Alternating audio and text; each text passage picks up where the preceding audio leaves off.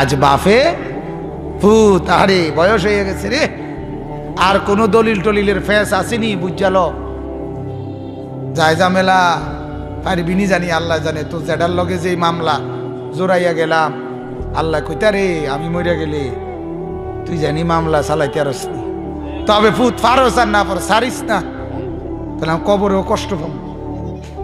ঢাকাইতে কি কয়, ঢাকাইতে কি কয়, আছে না এমন ডাকাত? হ্যাঁ, এক বিগত জায়গা দিস না, দিস না, দরকার হইলে আরেক ইউনিয়ন দিয়ে ঘুরিয়ে তোর যেটা বাইর ঢুকবো, তো দিচ্ছেন না। এক 4 আঙ্গুল জায়গা দিলে আপন চাচা হয়তো তার 3 সালের ফানিটা এনে দূর পড়তে আরে না, দিত না, দিত না। অন্যায় ভাবে জবর দখল করে সম্পদ জমি দখল করে আছে, এমন নাফরমান আছে না? সাধুয়ানে গপ মারে বইয়া বইয়া লম্বা লম্বা, হ্যাঁ ভালো মানুষ কই?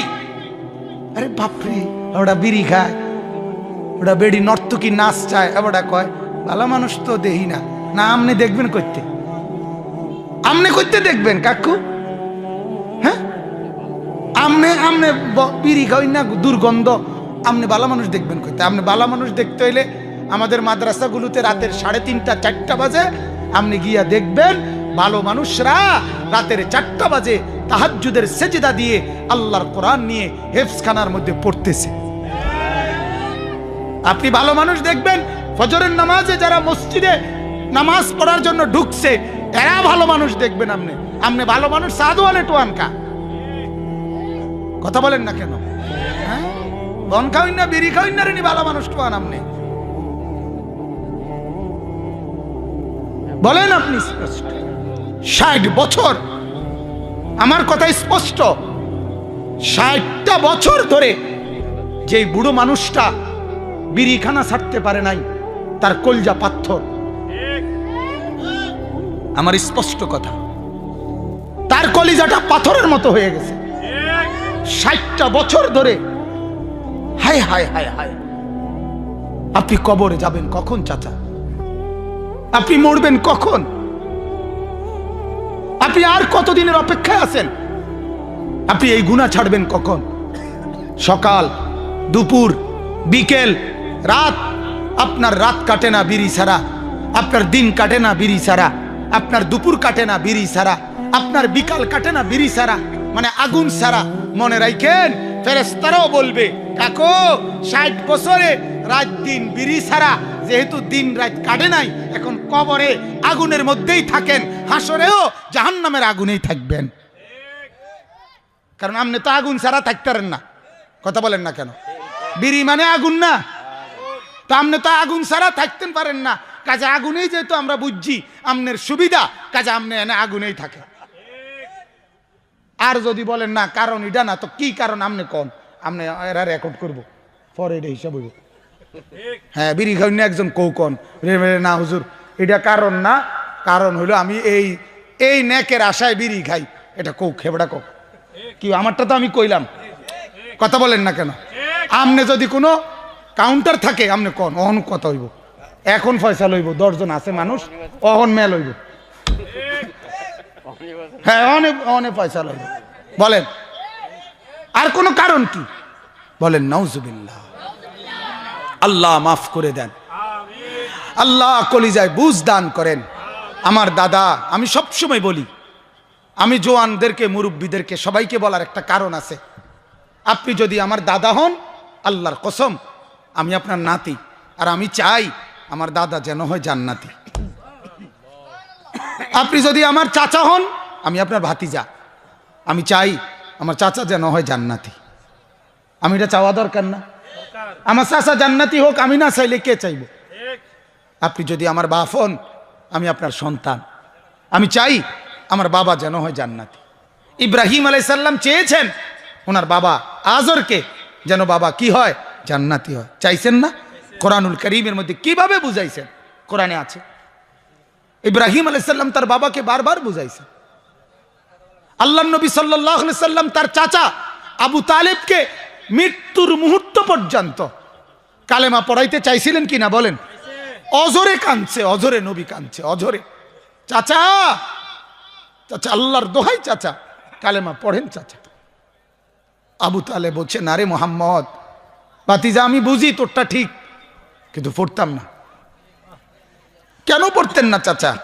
মানুষে মন্দ কইব, মানুষে কইব আমি এত বড় নেতা ছিলাম, কুরাইশদের এত বড় সর্দার, মৃত্যুর মুখে ভাতিজার কাছে হার মাইন্যা গেছে, মানুষে শরম দিব।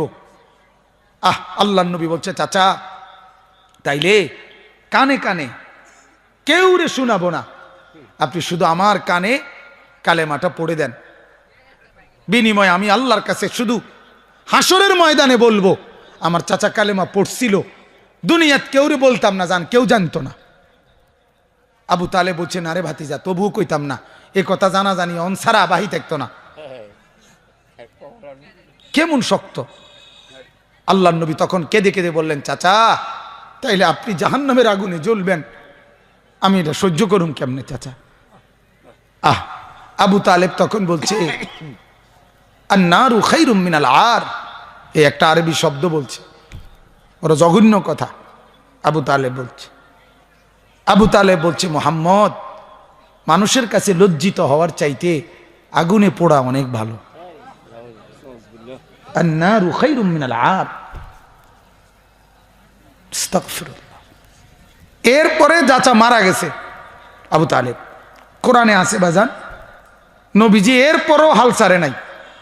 এবার তো মারাই গেছে চাচা, এবার আল্লাহ নবী আল্লাহর কাছে হাত তুলছে, আল্লাহ আমার চাচারে মাফ করে দেন। আল্লাহ তখন গিয়া কোরআনের আয়াত নাজিল করে নবীকে নিষেধ করছেন, নবী মুশরিকের জন্য মাফ চাওয়া আপনার জন্য এবং আপনার উম্মতের জন্য অনুমতি নাই। মা কানা লিন-নবিয়্যি ওয়াল্লাযীনা আমানু আন ইস্তাগফিরু লিল মুশরিকিন ওয়ালাউ কানু উলি কুরবা। ও নবী, আপনার জন্য এবং আপনার ইমানদার উম্মতের জন্য কোন মুশরিকের জন্য ইস্তেগফার করা, ক্ষমা প্রার্থনা করার অনুমতি নাই। ওয়ালাউ কানু উলি কুরবা, আল্লাহ বলে যদিও তারা হয় আপনার ঘনিষ্ঠ জন, আপনার নিকট জন যদি হয়, তবুও তাদের জন্য যখন নিশ্চিত হয়ে গেল মিন বাদি মা তাবায়্যানা লাহুম আন্নাহুম মিন আসহাবিল জাহিম, যখন একথা নিশ্চিত হয়ে গেল যে কাফের হইয়া মরছে, মুশরিক হইয়া মরছে, এইবার আর আপনার আর মাগফিরাত চাওয়ার সুযোগ নাই। তাইলে বলেন, আপনারা বলেন, আল্লাহর নবী সাল্লাল্লাহু আলাইহি সাল্লাম বলেন 60 বছর, এই হাদিসটা বলে আমি আমার আয়াতের তর্জমা বলতেছি। এই আয়াতের বলার, এই কথাগুলো বলার উদ্দেশ্য আছে আমার, এই আয়াত কেন পড়ছি এই জন্য বলতেছিলাম। তো এই হাদিসটাও মুরব্বীরা শুনেন, মুসলিম শরীফের হাদিস, রাওয়াহু মুসলিম। আল্লাহর নবী সাল্লাল্লাহু আলাইহি সাল্লাম বলেন, আযারাল্লাহু ইলা মরিইন আখারা উমরাহু হাত্তা বালাগা 60। আল্লাহর নবী বলেন, যাকে আল্লাহ তাআলা 60 বছর হায়াত দিছেন। কত বছর? আবার কোন নবীজির হাদিস স্পষ্ট, হাত্তা বালাগা 60। 60 কত? 60। 60। যাকে আল্লাহ তাআলা 60 বছর পর্যন্ত হায়াত দিলেন, অথচ তবুও আখিরাতের পুঁজি কামাই করতে পারল না, জাহান্নাম থেকে বাঁচতে পারল না, জান্নাতের নেকি, এত রোদ, এত বৃষ্টি, এত আলো, এত বাতাস, এতদিন পর্যন্ত দেখার পরেও এত লাশ, এত কবর, এত জানাজা, এত অ্যাক্সিডেন্ট, এত দুর্ঘটনা, এত মানুষের মৃত্যু, 60 বছরে কি একটা মানুষ 2-1 জনের মৃত্যু দেখছে না? 60 বছরে কি একটা মানুষ 1-2 জনের জানাজা পড়ছে? আজও তো অবাক হলাম, সালাম ফিরাইছে আর ইমাম সাহেব বলতেছে জানাজা। আমার কাছে আশ্চর্য লাগছে, আহা এখানে এসেও তো জানাজাই পড়লাম, এইমাত্র জানাজা হইল না? কথা বলেন না কেন? তো এইভাবে এই জিন্দিগিতে প্রতিনিয়ত কত জানাজা পড়ছি। হারামে যখন যাওয়া হয়, মক্কা মদিনায় প্রতি ওয়াক্তে কি হয়? জানাজা হয়, প্রতি ওয়াক্তে জানাজা, 1-2 জন না, 2, 4, 10, 12, 15 জন মানুষের জানাজা প্রত্যেক ওয়াক্তে হয়। এত জানাজা, এত লাশ, এত কবর, এত কিছু দেখার পরেও আখিরাতের ভয় আসলো না, জাহান্নাম থেকে মুক্তি নিল না, জান্নাতের নেকি কামাই করলো না। নবী বলেন, অথচ বয়স পার করছে কত? আল্লাহর নবী বলেন, হাসরের ময়দানে এই বুড়ো আল্লাহর সামনে দাঁড়িয়ে একটা কথা বলার, একটি শব্দ উচ্চারণ করার সুযোগ মিলবে না। দাঁড়াইবার লগ লগ আল্লাহ ফেরেশতাদেরকে বলবে শুধু ফিট। হ্যাঁ, এটাই হাদিসের অর্থ। কি কোন আদারা মানে বাবে ইফআল সালবে মাখাজ, মানে কোনো উজর আর থাকবে না। এবার যে কথাটা কইব যে ভাই আল্লাহ বা ফেরেশতা ভাইজান একটা কথা কইতেন না, একার কথা কমু। আল্লাহ বলে একার কোনো শব্দই করতে দিবি না, শুধু ফিট। একবার বাইরে গিরে গুড়া বাঙ্গালা, পরে যাব টাঙ্গাইয়া বিচার হইব, পরে আগে বাঙ্গালা। নাউজুবিল্লাহ। হায় হায় হায়, কেন এমন হলো জিন্দিগি? কেন এত গাফেল হলেন? এই জন্য যারা বসছেন সবার বিবেকের কাছে উসিকুম ওয়া ইয়া, আপনাদেরকেও বলছি, আমাকেও বলছি, এই নসিহত আপনাদের জন্য, আল্লাহর কসম এই নসিহত আমার জন্য, আমার জন্য।